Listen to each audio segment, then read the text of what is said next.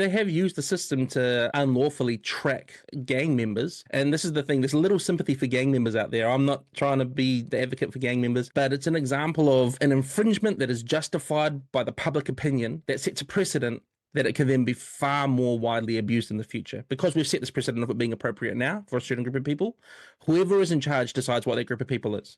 And this is why we always have to make sure that equality under the law, we always have to make sure that systems and processes are set up independently of bias, even though it's really, really hard to do. We have to make sure that these processes do happen in order to protect everyone equally. And look, I think it's a really valid point. Trying to put your feet, if you will, in the shoes of the good guys and go, right, okay, this is why the law would operate well. But I found it always useful to try and, imagine what would someone with malicious intent, how could they take a law like this and misuse? And I think what you've just explained there around gang members, you can't misuse the law to surveil them, period, because actually it means that they could be surveilling other and better people for nefarious purposes. There's a famous poem by, I think he's a German theologian called Martin Niemöller, and he talks about the groups that they go through. First they came for this group, then this group, then this group, and eventually they came for me, and there was no one left to stand for me. And this is what happens when we're not taking principled approaches to defending freedom and liberty. If you're not going to fight for the least of those, if you're not going to stand up for the scumbag and the scoundrel, sooner or later your ticket will come due. And I've seen it all too often where people are unprincipled until their issue comes to the top of the list, and then they're all about it. And that's my job, to take people from being issue-based defenders to principle-based defenders. And it's not always making me a popular guy, but I'll always stand for the principle of freedom and liberty for whoever it counts for.